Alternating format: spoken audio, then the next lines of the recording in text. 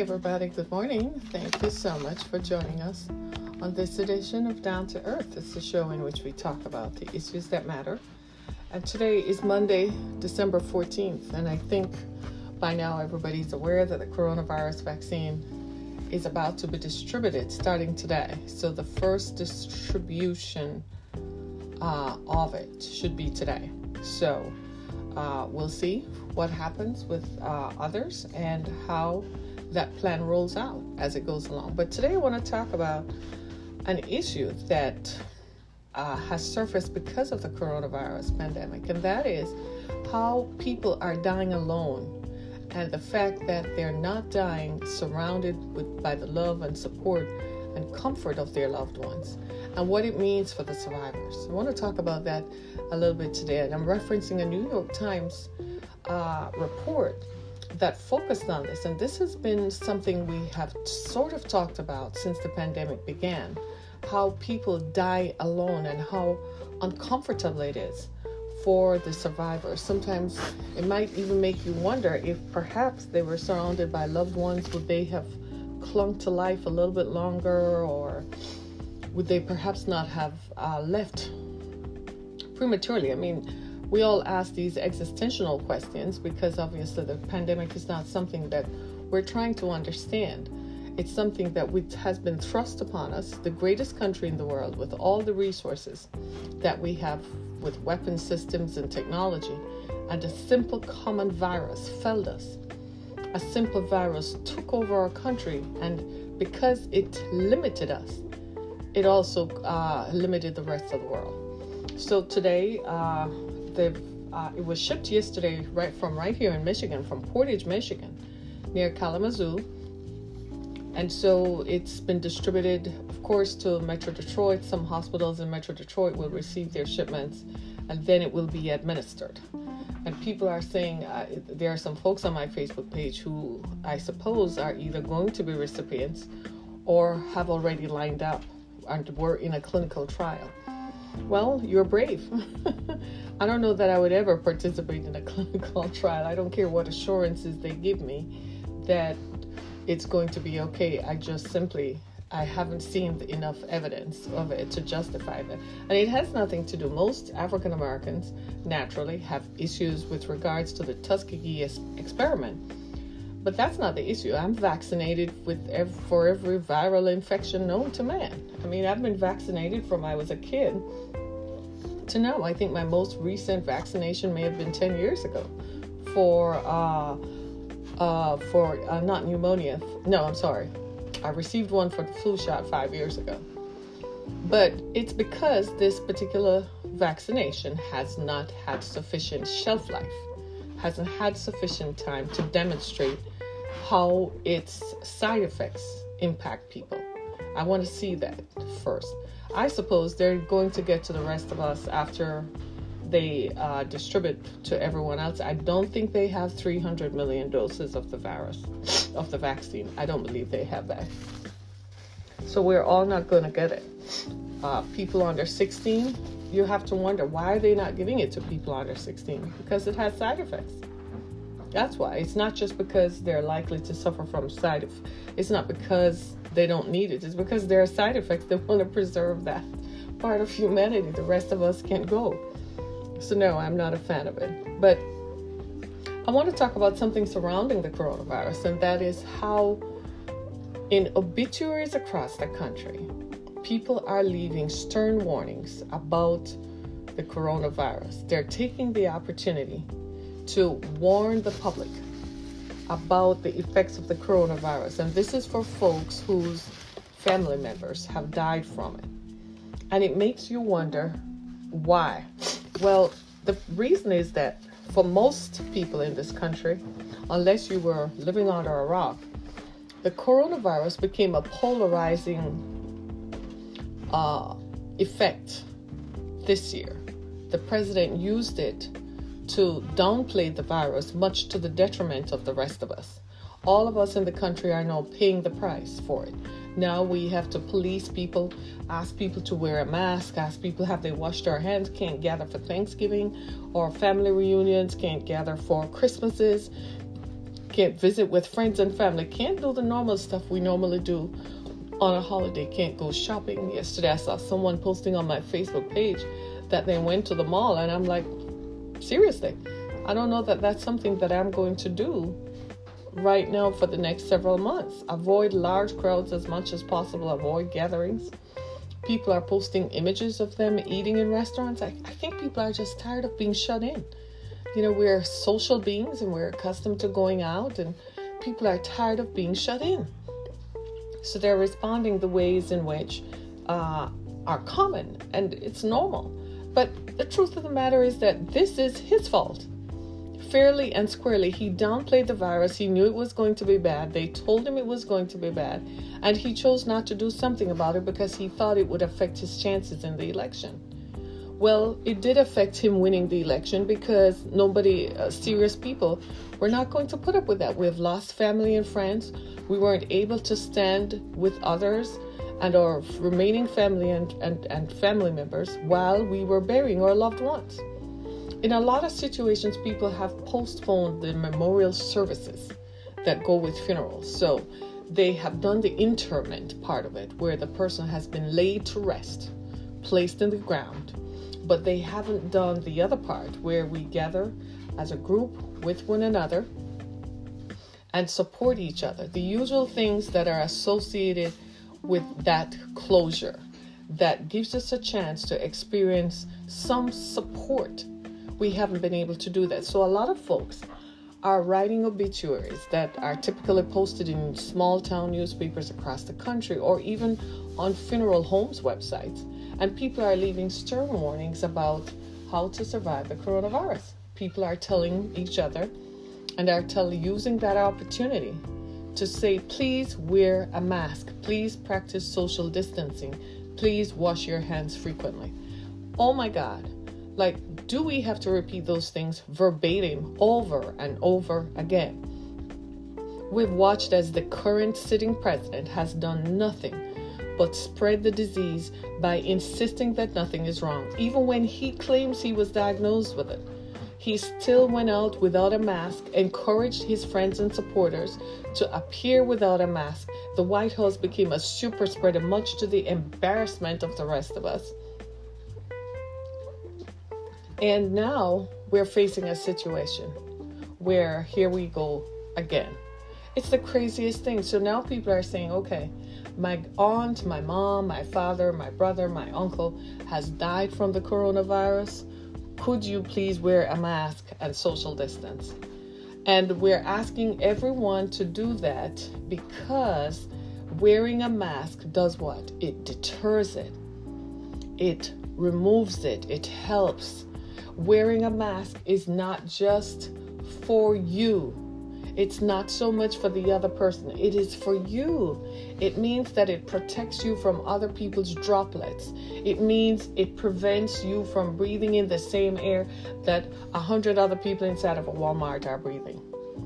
That's what wearing a mask does. And for the love of God, I cannot understand why that is the most difficult thing to do. It is a problem. Wearing a mask is necessary to stop the coronavirus. And you know how bad this has to be, that you are mourning while you're supposed to be celebrating the life of your loved one. But instead you are mourning. And here you are telling others, using that opportunity, instead of memorializing them about their life, telling others about how they lived, what they have done, who they are related to, you find yourself telling others, using that opportunity to tell others, please wear a mask. Almost as if we're speaking to children. I think children get the message better than some adults. Have you gone out lately? Have you seen that there are people around you who simply refuse to wear a mask? They act as if it is a mark of support and loyalty to not wear a mask. Like, I am demonstrating some loyalty that I'm the toughest guy on the planet. No, you're not. You're not Teflon. And you will be felled by the coronavirus eventually if you continue to expose yourself to the virus over and over. The president has been irresponsible in that regard. like totally irresponsible, totally so very irresponsible about the ways in which he conducted the events around this virus. And now to the pain of others. Maybe he has not lost a family member. Maybe he has never had to stand by the graveside. Maybe he has never had to drop off a family member at a hospital. Maybe that's never been his shtick. Maybe he has never had to visit someone in the hospital. Maybe he's never had to visit a family member in the hospital. So he really does not know what it is like to lose a loved one. Because maybe, just maybe if he had, then guess what? He would never have left us to the mercy of the coronavirus with the information that he has, with all the information that he was exposed to, where they told him time and time again that the virus is bad. Maybe, just maybe, he would not have left the country. I know he doesn't love us. I know he doesn't care about us. I know his concern is politics. His concern is power. His concern is about making money and staying in power to prove to the whole world that he is the big man in charge. That's his thing. It's all about his ego. But somebody is going to pay. This is the thing. All these folks, over 300,000 people have died in America from the coronavirus since March. The last numbers I saw were 241,000 people died after World War II. Are you listening to me? Today, over 300,000 people have died from the coronavirus. That is shocking, right? That is extremely shocking. And nobody, the president has yet to come clean to us and say, you know what, I messed up. I'm so sorry. I am grieving. It seems like it hasn't penetrated him. It hasn't pierced him yet. That he caused over 300,000 people to die needlessly. We're the greatest country in the world. We have the most sophisticated weapon systems. I mean, if they even want to launch an attack against us, they have to come through our fiber optic cables and attack our computer systems. They can't use man-made weapons to come against us. And we could not stop a virus, to the untold grief of millions of people who are mourning. For some people, they have just laid them to rest, just put them in the ground, basically. Haven't had the service to bring everyone else together.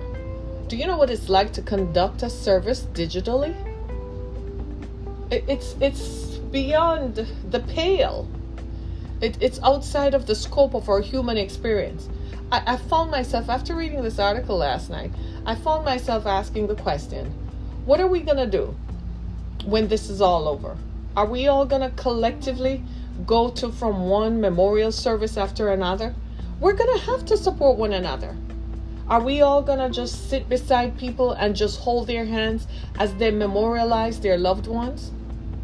We are going to have to. We're going to have to get through this, because this is going to be some telling. Right now, it's fight or flight. What we're trying to do is fight the virus so we can survive. We know we're going to lose some soldiers, but at the same time, we're trying to get to the other side of this. That's what we're doing right now, trying to find a vaccine, trying to find ways in which we can get others. It is crazy. This has come home to roost now for me. Just recently, I learned of a close friend who is almost family, who contracted the virus. I was done. This was on my birthday. I was done with that. But last night, my daughter informed me, my youngest daughter informed me that a football player from Michigan, University of Michigan, he's on the football team for the University of Michigan, someone she went to high school with. He just graduated high school. He graduated high school in June. This is someone whom they went to prom, they went to 4 years of high schooling together, they hung out together and all kinds of stuff. He was going to go to another college and we were all celebrating him. You know, he texted her yesterday to tell her that he has the coronavirus and that he wants prayers. And he's asking us to pray for him. I was stunned. I'm like, but doesn't he play for Michigan? How? They had these kids playing football to satiate the ego of Donald J. Trump. And now all these young people have been exposed with debilitating remaining effects after the virus is over, compromise their longevity and their quality of life. And you are telling me that in your stupidity you won't wear a mask? This is why I don't go out often. This is why I don't go in the public. When I go to the stores, I sit in the car and let the girls go in. Sometimes I go out just to get some air, just to feel, just to be out. But I am not engaging because of people's stupidity. They won't wear a mask. They won't wash their hands, which is the craziest thing. And they won't use hand sanitizer. Like, who does that? Won't wear masks. We've had such terrible, dirty habits over time. But you won't put on a mask so that I won't breathe the same infected air that you breathe. But you're gathering in Washington, D.C. and marching over foolishness. What Mr. Trump is not telling you all is that it's a lie. There was no fraud in the elections. He concocted that so he could get your money. He's not telling you the truth. And even if you were to hear the truth, you don't want to believe it because you want to believe in the foolishness that he's saying because it sounds good. You're too lazy to think it through. It's amazing to me. People won't look at the facts. You can't. It's like the Kraken, man. You can't get them to think straight. They drank his Kool-Aid so bad, nobody wants to accept that, oh my God, I really have messed up my own country by declaring that an election system that I have participated in all my life is fraud. All of a sudden, the same election systems that gave him victory in 2016, all of a sudden that same election system is rigged now? So how come it wasn't rigged? Was it rigged in his favor in 2016? So all the other Republicans who were on the ticket, that was rigged too? So maybe we should overturn all their elections then and just overturn the whole thing. And then they won't get elected. They would be wiped out. It's going to be a wipeout in a minute. They're not going to get Georgia for this stupidity because all of you, yes, all of you Trump supporters are looking real stupid right now. And maybe you just are. For some of you who claim to be Christians, but you are supporting a man. Didn't the Bible tell you not to worship anybody and not to idolize anybody, not even Jesus? They tell you don't worship any image or anything of anybody, but you're busy worshiping him. That man thrives on adulation. He wants to see people calling his name. He is he's such a fragile personality that he has to have constant adulation. What does that tell you about his personality and about his ability to rule? That's the same reason why we are mourning 300,000 people dead from a virus in 9 months, not 9 years, not over time. In 9 months, we're now averaging 3,000 deaths a day, which is the amount of people who died in 9/11 in one day. Are you hearing me? And people have found it so painful. At the same time that you are really just supposed, at the time when you're really just supposed to be focused on laying your loved one to rest, where you are supposed to focus on their life and to tell others about who they are, you're using that opportunity to say, please wear a mask. So years from now, the grandchildren and the great-grandchildren will read the obituary of their grandparent, and it's going to talk about a mask. My children are making fun of it now because their thing is when they have children and their children have children, they'll be like, Grandma, tell us about the year 2020. And she's like, oh, you will not believe what happened. They start role-playing it. And I'm like, I can't believe it. I cannot believe that we live in a day and time when we have to tell people to wear a mask to protect their lives. You remember, I don't remember much about the AIDS epidemic, but at that time, a lot of people were focused on the AIDS epidemic and the situation surrounding it. And getting people to use a condom while they were having sex was a big deal, right? And we were like, so you were having sex with multiple people. It's still amazing to me how people conduct their lives. The same people probably who won't wear a mask probably have sex with multiple partners and not wear a condom. The same people who don't wash their hands are the same people who probably don't wear condoms with multiple partners, because nothing will happen, because it's a hoax. And what were the excuses? It's a hoax. It's a liberal ideology. It was created by the Democrats for him to lose the election. 300,000 people dead. His entire White House staff infected with the virus, and it was somebody else's fantasy. You are 74 years old and you're the man in charge, and you can't wake up out of your fairy tale to realize that you have done something wrong. And on top of that, to say that the White House staffers are supposed to get the vaccine first. He corrected that this morning to say they would get it at an appropriate time in the program. These people who went around saying the virus was not real are the same people who got the virus. These people who refused to wear a mask, got the virus and went and spread it to all their family members and friends and people who worked for them. And still you all lined up and said it's a joke. People dying in North Dakota, South Dakota, and Nebraska, and saying that it's a joke. It's a total joke. Nothing happened. Denying it even at the point of death that the coronavirus was real. It's just simply amazing to me. You know what I mean? It's amazing. We have to stop the foolishness. How difficult can it be to wear a mask? Go out and wear a mask. Good morning. Go out and wear a mask. Put on a mask. Wash your hands frequently. At first they had told us to wear gloves, but that became impractical, because just think of how many surfaces you touch. You would have to change your gloves every time. So it's almost impractical. So they told us then, wash your hands frequently. So everybody uses hand sanitizer. I've been using hand sanitizer for years. I keep it in my car, especially when you go to pump gas. During winter, I wear gloves when I pump gas. I kid you not. And not the gloves that I use on my steering wheel. I used to keep a special set of gloves in the back of my car just to pump gas. I kid you not. Because people are way freaky and weird. They would blow their noses right there in front of you and then go touch the keypad to pump gas. Oh, it's like, okay. Right? So,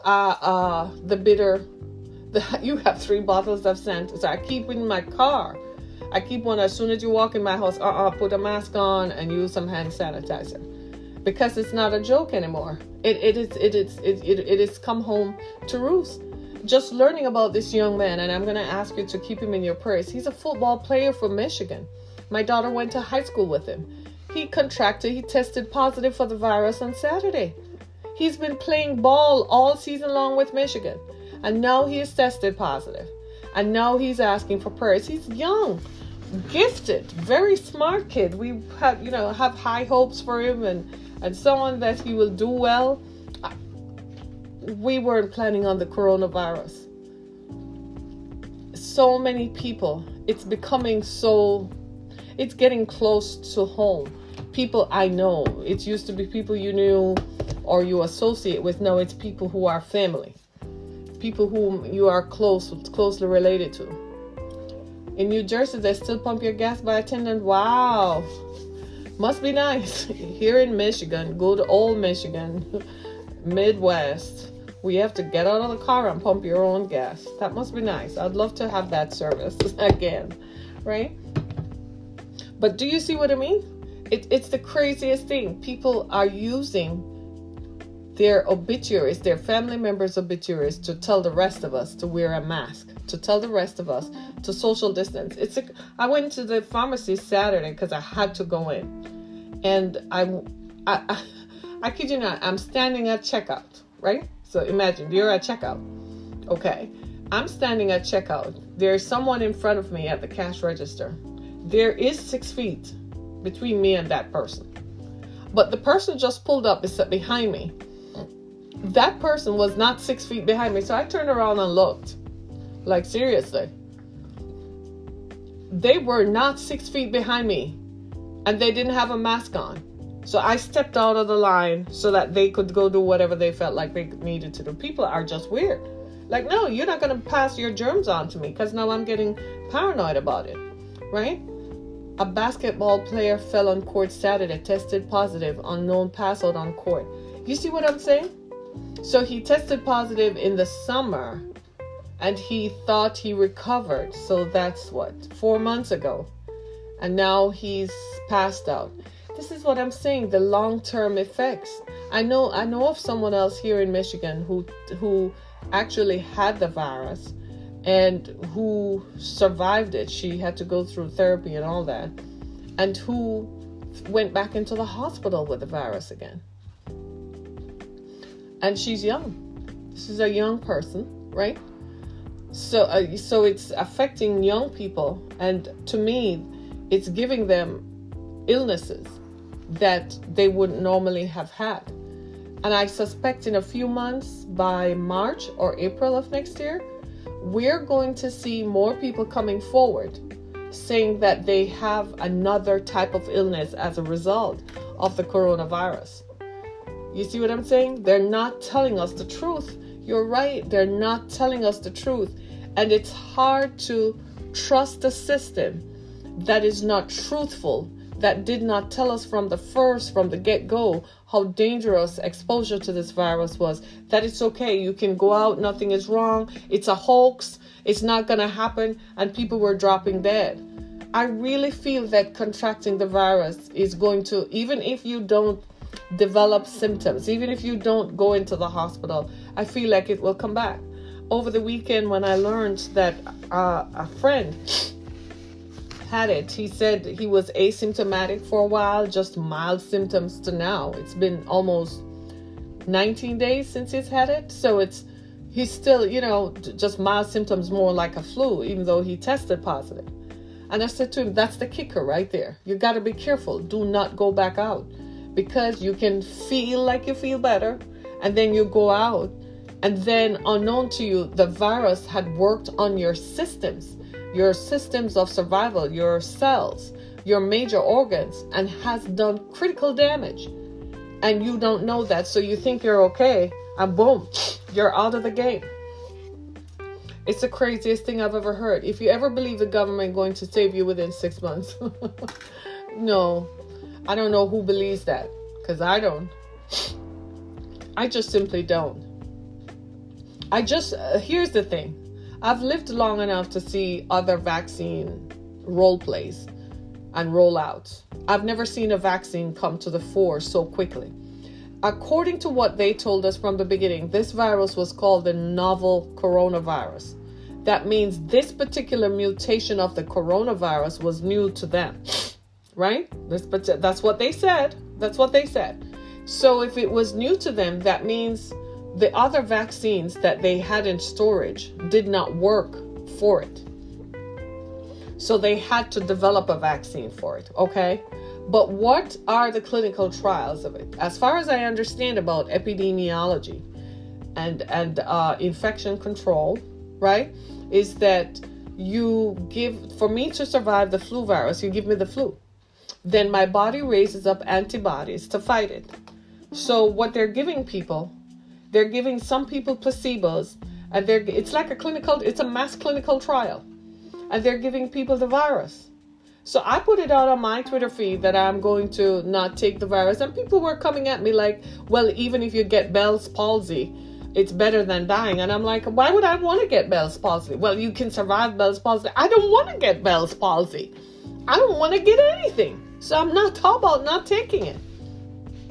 And I don't believe that public officials demonstrating publicly that they're taking the virus, no, they're going to take a placebo. They're not going to take it because it's not effective, and there's no efficacy. There's not enough track record, and there's not enough data to support its efficacy and the fact that it has reduced side effects that are not going to be life-threatening, or side effects that will not produce comorbidities in 2 to 3 years. Make no mistake about it. What you're seeing long-term, the Republicans are aware. They have the knowledge and the data that tells them that in a few years, the coronavirus is going to become a pre-existing condition. That's why they're saying they're putting it in the stimulus bill that they don't want people to sue employers if you got it, or employers. That is why, because they know. And you can't, this is not a conspiracy theorist. You got to listen to all sides of the facts. And we're not listening to all of it. You're literally sitting there like you're dumb. Okay, I'm just going to line up and just put it in my arm. This is not the day and time for that. They're practicing herd immunity. I warned you all months ago that they're practicing herd immunity on us, where as many people as possible are exposed to it. And then they're going to say, well, we tried vaccines and it didn't work. They're hoping the vaccine will inoculate enough people and immunize enough people that it will contain the virus. That's like putting hope in a jar. That's like me saying, okay, I have wrinkles, so I'm going to use a cream to reduce wrinkles. Does that make sense? No. Wrinkles are caused by a fracture in the skin. So putting a cream on it is not going to make it any better. Well, it's the same thing with giving the vaccine, hoping that enough people will be immunized. No, it's not going to work. None of these measures are going to work. This is a plague, man, and it's going to be here for a while. And it is very painful to those of us who have had to lay to rest loved ones. It is very painful to read people's obituaries. My Facebook page has gone back again to being filled with RIPs. RIP to my auntie, my uncle, my grandma, my cousin, my mom, my son, my nephew, it has gone back to that. It has gone back to people saying, oh my God, I can't believe I tested positive. It is crazy. It is crazy. Stupidly crazy, because this should never have happened because of one man's ego. And yes, I'm holding you all accountable because you all supported the egotism of this crazy person who now has held the entire country hostage. How do you feel about that? And you're still in denial that there is a virus? Are you kidding me? And everybody now knows somebody who has tested positive. So this massive conspiracy, the entire healthcare system is in this conspiracy, right? And all the people who have died are part of the conspiracy. Sure, that makes a lot of sense, right? It's just crazy, y'all.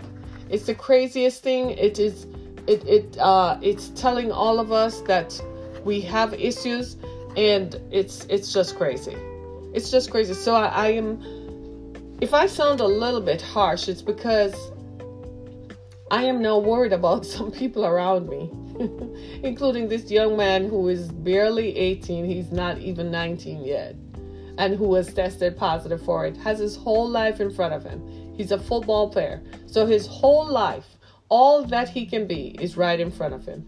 And instead of worrying about whom he's dating or what his next move is going to be, he has to worry about surviving the coronavirus. Unbelievable, right? Somebody's asking me if I do you think 5 gram part of issue on COVID-19? 5G. 5G is ridiculous. I don't think there is any. We're all surrounded by microwave rays all the time. I mean, it takes microwave rays to power our cell phones. Microwave rays generate the connectivity between those towers for radio transmission and television transmission. I don't believe in 5G. That was some crazy Kraken story. What I do know is that the coronavirus is exactly what it is. It's a biologic tool of biological warfare. It is a virus that started in China that they had no grip on. When it was happening in China, they didn't tell us the full truth and the whole truth and nothing but the truth. And if China is saying they have a grip on it now, that's hardly likely. If America and Europe cannot get a grip on it, it's hardly likely that China would. China is a much bigger country. Most of their country is still like in the 1800s, where there's not even transportation to get there. They're still riding horses to go into some parts of the countryside. So how would you have a handle on it? You see what I mean? So now, I think it's a virus that is passed through the air, that you breathe it in, it touches you, and you're done. And when you breathe it in, either through your mouth or through your nostrils or through your eyes, it goes into your breathing systems, your lungs, and it goes into your heart, and it controls what your body functions become. It shuts you down literally. That's what it does. That's what I believe. That's what I have observed and seen. And I'm telling you the honest truth, I never liked staring at caskets. I have gotten so used to seeing caskets on my Facebook page now, it's shameful. I never liked it, but now it's like normal, right? Some people feel like if you can't live fully like movie and sports, then they don't want to live. They must not have lives that are meaningful. That's what I think. I value my life. I want to live. So I practice the very methodologies that the scientists tell us will mitigate this. I practice it. They say wash your hands frequently. My hands are dry. I have dry skin because I've always washed my hands several times a day.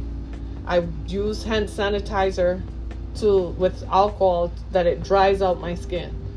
I make sure I spray my house. I've always sprayed my house with Lysol. When my kids were little, I used to spray their backpacks and their coats down with Lysol during winter. They used to say I was fumigating them. Shh. Right? But I have never, this virus is, some of the top epidemiologists I've spoken to, people are like, we don't know. We really don't know. We're trying. So this is a mass experiment. They're trying. And for some people are going to get a placebo, and they're going to pretend that it is what it is. Don't believe them. Don't believe them. Until I see 3 months from now, the people who have taken the virus, taken the vaccine, I want to see what they're doing in 3 to 4 months. Then I'll know. Then I will know what to do. I kid you not. That's just how I see it.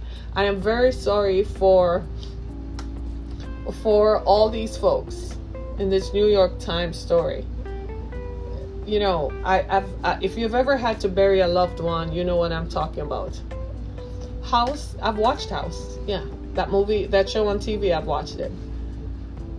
I've also watched Contagion and Elysium.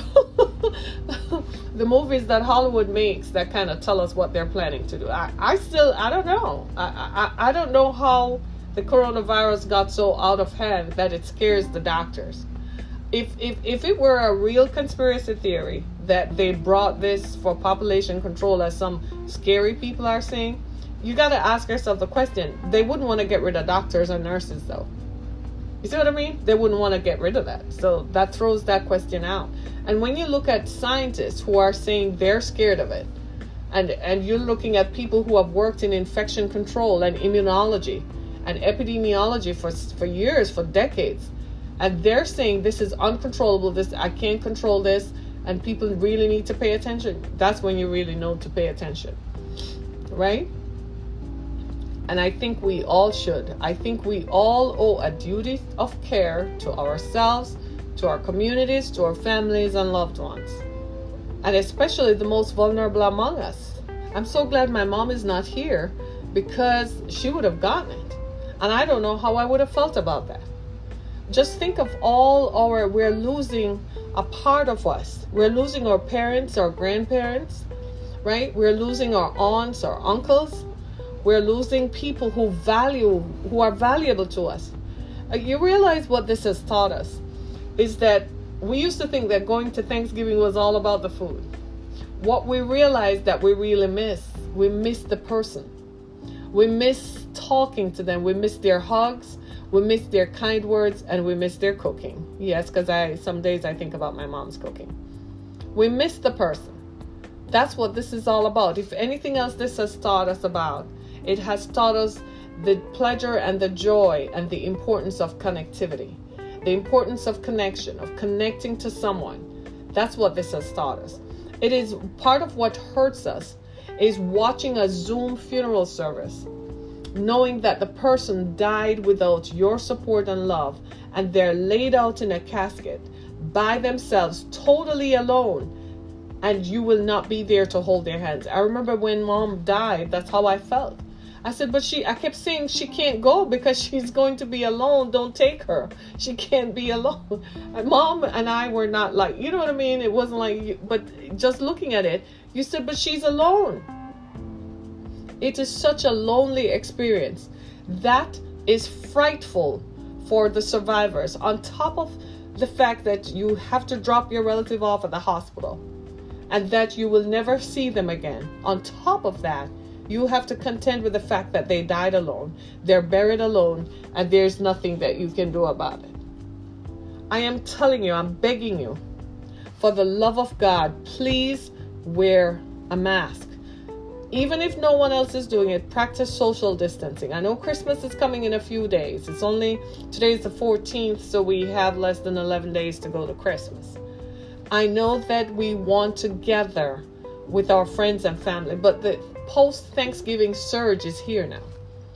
And the thing with this surge, it just went straight to hospitalizations. The people who contracted it after Thanksgiving, they're in hospitals now. Please, I am begging you, please wear a mask. Practice social distancing. Wash your hands frequently. Please, for the love of God, let's try to be here after next year so we can all get together and have a gigantic celebration. Maybe after summer next year, like in the fall, like for fall. Wouldn't that be nice? Right? September, October next year, we all just get together. The whole world, all of America, we just come together and we just say, thank God we're here. Just so grateful to be here. Can we just plan for that? The way we're going to achieve that is we're going to get that done by wearing a mask, by social distancing, and by washing our hands. I am begging you, on behalf of all the people who have lost loved ones, my heart is broken. The collective grief that we're all dealing with, the mental health issues that are going to emanate from this is going to be unbelievable. We have to be mindful and kind to others. If you can do something kind for someone, please do it. Because we need kindness at this point.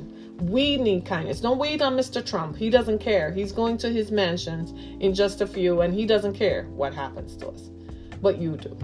Thanks so much, everybody. This is Harriet Kemek. Thanks so much. This is as down to earth as I can get. Today is Monday, December 14th. Have a terrific Monday. Have a motivational Monday. And go visit my pages on Google as well as Spotify, Apple Podcasts, Google Podcasts, wherever your favorite podcast platform is, as well as go to my website, harrietkemek.com. Thanks so much, everybody. Be blessed.